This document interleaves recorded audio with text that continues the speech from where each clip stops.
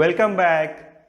Today we are going to discuss the linearity property of Fourier transform. So as we know, the linear property is a beautiful property which oftenly comes when we deal with some mathematical model or any physical problems or any engineering application problem. Why it is important, that we will see, but what is the linear property we will see. So if you see any field, like if you see linear algebra and deal with the vectors, so in that case what, if we have two vectors, then linear combination of two vector if I see, and if I operate a function for that linear combination, then what will happen means, if I take alpha and beta two scalar and v1 v2 v2 vector, then what will be the linear combination? Alpha v1 plus beta v2. So if I apply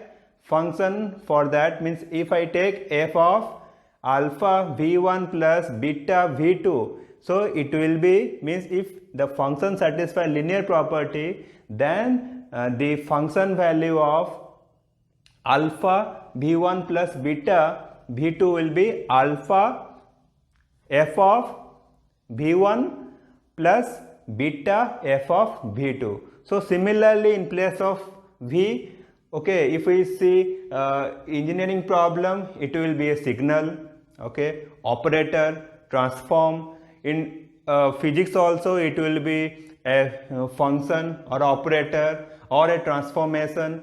So when the Fourier transformation came or comes, then what will happen? That will satisfy the property what we have written here.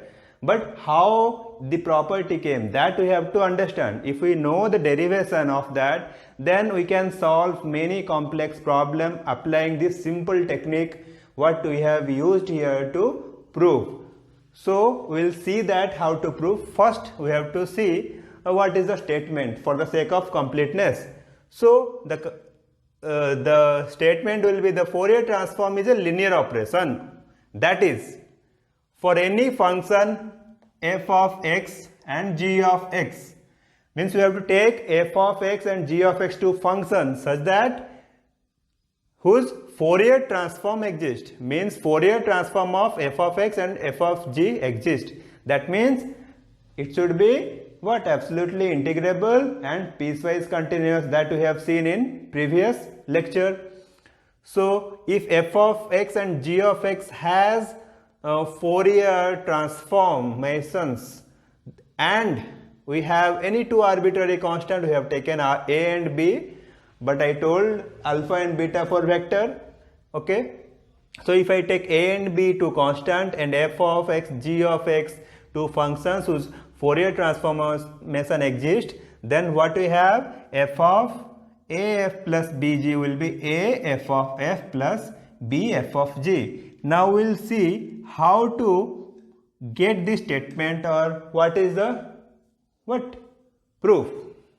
Okay, we know that the Fourier transform formula, that is capital F, or sometime we write f cap. So this will be 1 by square root of 2 pi integration from minus infinity to infinity f of x e to the power I wx dx.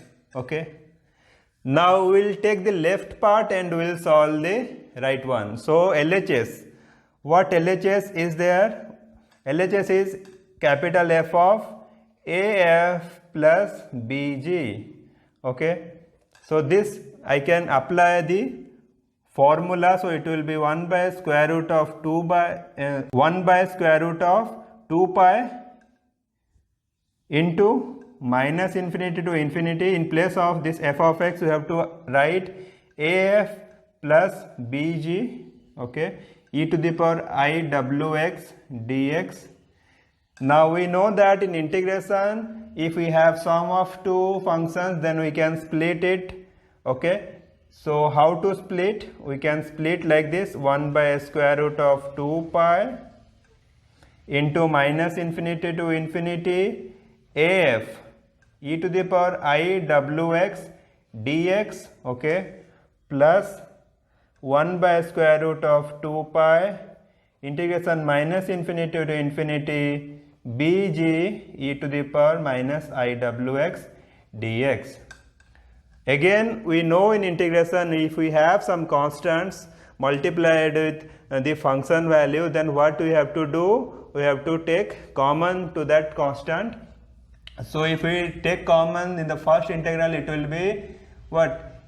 A into 1 by square root of 2 pi whole into minus infinity to infinity. So f, we can write it as f of x because the function is f of x, e to the power minus iwx dx, and the second integral will be similarly b into 1 by square root of 2 pi from minus infinity to infinity g of x e to the power minus iwx dx.